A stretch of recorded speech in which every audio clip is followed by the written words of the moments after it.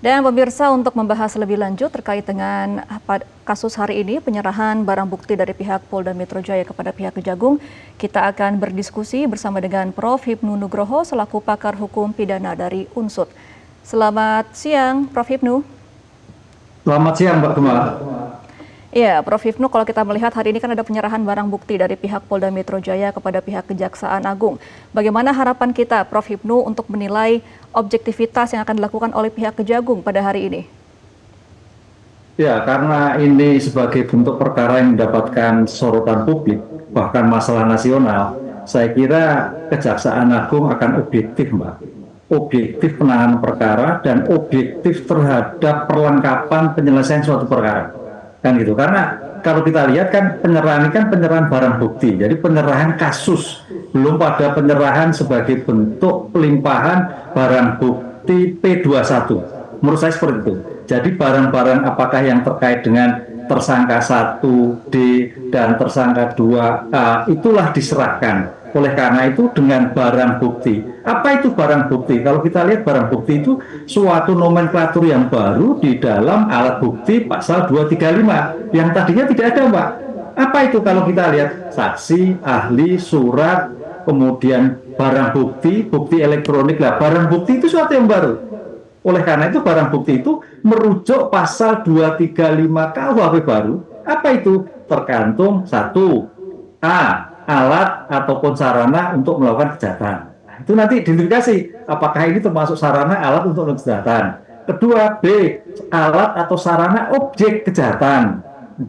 C, sebagai aset atau hasil tindak pidana kejahatan. Nah, disitulah nanti barang bukti yang diserahkan dari Kortas Tipikor pada Kejaksaan akan dinilai ini hasil, aset, atau sarana.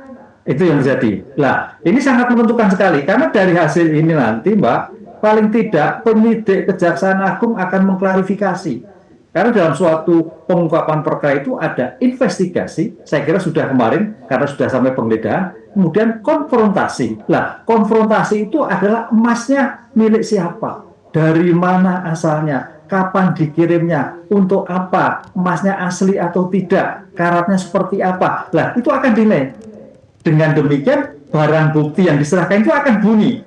Siapa yang menjadi bertanggung jawab? Karena untuk menjadikan tersangka itu adalah seseorang yang karena perbuatannya berdasarkan bukti. Artinya, bukti-bukti yang diserahkan dari Kortas Tipikor kepada Kejaksaan Agung itu akan mempunyai nilai, akan berbunyi kemana saja, apa saja tentang bukti-bukti itu. Nah, disinilah saya kira sebagai bentuk pertanggungjawaban Kejaksaan Agung harus objektif untuk menjelaskan bukti itu larinya, nilainya kemana orang-orang yang dapat dipertanggungjawabkan. Apakah hanya 2 orang itu, apakah ada orang lain? Kira-kira begitu, Mbak.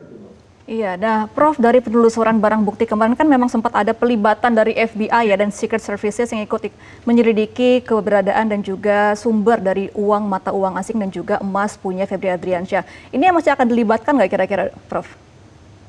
Ya, uang sebagai FBI adalah sebagai ilmu bantu.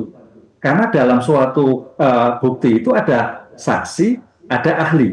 Nah, ahli itu adalah yang dikaitkan dengan FBI tadi untuk menilai bahwa barang bukti yang disampaikan oleh Kortas itu mempunyai nilai semua, asli semua, bobotnya jelas, karatnya jelas, asalnya jelas, produksinya jelas. Nah, dengan demikian akan menjadikan bukti terang ada suatu tindak pidana. Karena kalau tidak dijelaskan oleh sebagai ahli FBI akan sulit. Betulkah bahwa bobotnya 1 kilo nanti? Saya kira Pak Jaksa juga nggak paham, penasihat hukum juga nggak paham, hakim apalagi juga nggak paham tentang bobot tadi. Maka bobot tadi nanti akan menjelaskan dari dokumen FBI itu akan jelas masing-masing keping itu isinya berapa, beratnya berapa, karatnya berapa, produksinya berapa. Itu yang menjadikan sebagai bentuk keterangan ahli untuk menjelaskan tentang bukti emas tadi. Demikian juga tentang dolarnya, itu tentang dolarnya. Jadi semua yang ada suatu nilai keaslian buktinya. Karena gini, Mbak, kalau nanti itu asli, itu akan diuraikan kembali dalam surat dakwaan. Jadi jaksa penuntut umum menguraikan itu jelas tentang emasnya, tentang beratnya, tentang produksinya, tentang jalannya emas dan sebagainya. Disitulah saya kira nanti dalam pembuatan surat dakwaan tidak menjadikan obskur karena barangnya sudah teridentifikasi oleh pihak yang berwenang. Baik, nah Prof. Hipnu, ini karena yang bersangkutan tersangka juga merupakan mantan pejabat tinggi ya dari penegak hukum di Kejagung. Seperti apa nantinya standar pembuktian atau yang harus dilakukan oleh pihak penyidik dari Kejagung sendiri akan memeriksa dari Febri Adriansyah ini? Ya, kalau kita melihat sebagai konsep pembuktian, klarifikasi, dan rekonstruksi, saya kira seperti halnya kita diatur dalam KUHP baru. Undang-Undang Nomor 20 Jadi tidak ada suatu perubahan. Hanya sekarang yang melihat adalah tentang subjek hukumnya. Subjek hukumnya adalah pejabat atau mungkin mantan atasannya. Nah, oleh karena itu kalau kita melihat kemarin Kejaksaan Agung sudah menetapkan penyidiknya itu mantan-mantan KPK dan penyidiknya itu tersebar bukan penyidik dari Pitsus, saya kira itu sebagai suatu langkah awal, langkah kita apresiasi untuk meletakkan bahwa tidak terkait emosional kan jangan sampai sebagai bentuk emosional itu juga bisa jadi, Pak. Walaupun kalau kita lihat perkembangan sekarang ini kan banyak kan polisi juga memeriksa polisi, ya kan, kasus banyak. Kemudian jaksa juga memeriksa kasus jaksa nakal. Hakim juga memutuskan hakim yang nakal juga banyak. Lah, di sini saya kira antisipasi sudah dilakukan oleh Kejaksaan Agung memilih personil jaksa mantan KPK yang tidak ada di gedung Pitsus. Nah, ini suatu langkah awal. Oleh karena itu, dalam seperti ini nanti paling tidak ya dilakukan ada suatu pemeriksaan yang bersangkutan. Pemeriksaan tentang tersangkanya dulu. Siapa, bagaimana keadaannya, barang buktinya milik siapa, kapan itu diperoleh, kenapa sampai di rumahnya, kenapa sampai di kafenya, kenapa disimpan dalam terlalu banyak. Disitulah akan nanti klarifikasi tentang hasil dan keterangan-keterangan tersangka. Termasuk saksi-saksi yang lain yang mendukung kaitannya dengan saksi kafe, saksi yang penjaga malam, semua yang terlibat dalam proses terdapatnya penggeledahan bukti-bukti yang dilakukan. Dengan klarifikasi itu akan nanti kelihatan, oh ini seperti ini, oh tersangka seperti ini. Ya memang mungkin menolak, dari menolak itu hal biasa, karena dalam konsep hukum namanya tersangka tidak ada yang mengaku, Pak. Namanya dalam konteks hukum ada asas non-self-incrimination, bahwa keterangan untuk dirinya sendiri. Disitulah nanti keterangan ini bukti itu akan nureh. Karena namanya suatu bukti tidak berdiri. Bukti itu akan bernilai apabila berkait dengan bukti-bukti yang lain. Jadi uang ini pun jadi juga ada kaitannya dengan tidak berdiri sendiri, tapi terkait dengan bukti-bukti yang lain. Emas juga demikian juga, tidak berdiri sendiri, akan dikaitkan dengan bukti-bukti yang lain. Kira-kira seperti itu, Pak. Nah, kemudian Prof, yang menarik adalah ketika menjadi Jampitsus, Febri Adriansyah ini kan sudah menangani ada 14 kasus besar ya di Kejagung. Nah, apakah ini juga akan membuka peluang, Prof, untuk audit atau evaluasi terhadap penanganan perkara-perkara yang sudah pernah ia tangani sebelumnya? Nah, kalau penanganan perkara kan sudah diputus ya, sudah diputus. Saya kira itu ranah birokrasi dari institusi kejaksaan ya untuk menangani seperti itu. Karena suatu proses hukum itu memang ada pengawasan, ada jaksa, ada jamwas. Kalau pengadilan ada juga Mahkamah Agung, Bawas dan sebagainya. Kepolisian juga ada pengawasan. Jadi suatu bedakan antara kontrak sistem hukum peradilan pidana, sistem peradilan pidana yang dalam konteks yudisial dan pengawasan-pengawasan terhadap jalannya suatu persidangan. Ini suatu yang berbeda sekali. Dan itu pengawasan itu memang perlu oleh lembaga-lembaga pengawasan yang dibentuk oleh negara atau lembaga-lembaga pengawasan yang dibentuk oleh institusi yang bersangkutan. Apakah itu kepolisian, apakah itu kejaksaan, apakah itu pengadilan. Nah, itu suatu yang berbeda. Tapi kalau kita lihat sekarang ini kita fokus pada bagaimana penyelesaian pengungkapan perkara ini yang meletakkan pada kronologi, yang meletakkan pada bagian bagaimana itu peristiwa terjadi. Bagaimana peristiwa kejahatan terjadi. Itu yang saya kira menjadi pokok dari kasus ini, Pak. Oke, kalau menurut Prof, dari melihat adanya pelimpahan barang bukti dari pihak Polda Metro Jaya kepada pihak Kejagung, apakah penyidik dari kepolisian ini masih akan mendalami kasus atau ini merupakan pelimpahan bukti yang sudah lengkap?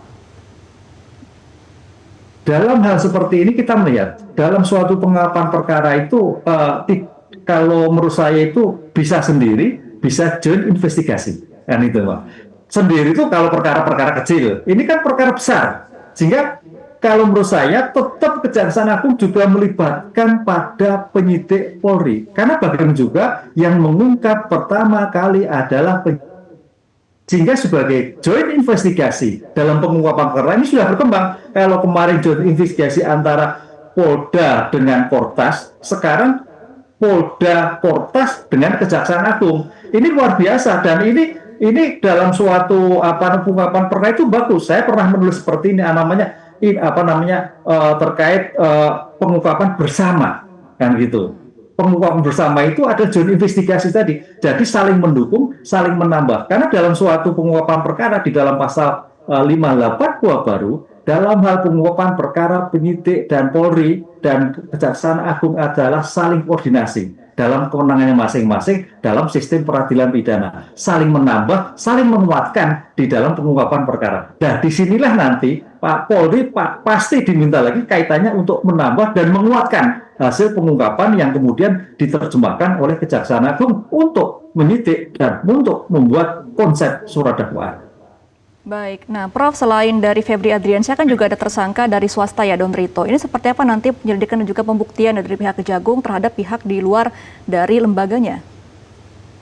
Ya, ini kan swasta. Jadi kalau pengungkapan sama, protapnya sama. Jadi konsep insakling dan utsakling dalam kriminalistik itu sudah jelas. Cuma yang membedakan Pak D ini pihak swasta, Pak F adalah pihak penyelenggara negara. Pengungkapannya sama. Cuman sekarang nanti kita lihat perannya seperti apa. Apakah A dan F itu berdiri sendiri? Apakah A dan F bekerja sama? Kalau bekerja sama ataukah masih ada pihak lain? Disitulah bagian dari pengungkapan investigasi dan konfrontasi yang dilakukan oleh penyidik untuk mengungkap itu. Apakah hanya 2 orang? Apakah melibatkan orang lain? Apakah ada korporasi lain? Disitulah taktik strategi bagaimana penyidik Kejaksaan Agung yang dibantu Kortas Tipikor mengungkap seluas-luasnya peristiwa tentang adanya barang bukti yang bersangkutan, sehingga dimungkinkan tidak tercecer atau bukan tidak ada itu ditutupi. Ingat loh Mbak, kalau pengangkutan perkara ini sampai ada yang ditutupi, bahkan kalau ada sampai ada melakukan suatu penyidik tersangka utama atau ada melibatkan terkait dengan tindak pidana korupsi, KPK bisa masuk. Dalam hal KPK itu kan pasal 10A dinyatakan dalam hal suatu penanganan perkara ternyata ditemukan adanya suatu penutupan, ditanyakan ada suatu benturan kepentingan, ternyata ada suatu hal yang sangat tidak dibuka, KPK masuk sebagai bentuk supervisi. Ini yang mungkin perlu diperhatikan bersama, sehingga apa yang dilakukan oleh Kejaksaan Agung on track, KPK bisa mengawasi, tidak diambil alih. Diambil alih juga punya kewenangan karena dasar pasal 10A Undang-Undang KPK tadi apabila terhadap hal-hal yang saya sebutkan tadi. Gitu. Oke, baik. Kita akan tunggu bersama ya Prof. Hipnu bagaimana nanti penanganan dari pihak Kejagung menangani perkara ini. Terima kasih Prof. Hipnu Nugroho selaku pakar hukum pidana UNSUD sudah bergabung bersama kami dalam Metro TV. Selamat kembali beraktivitas Prof. Hipnu. Jelajahi cara baru mendapatkan informasi. Download Metro TV Extend sekarang.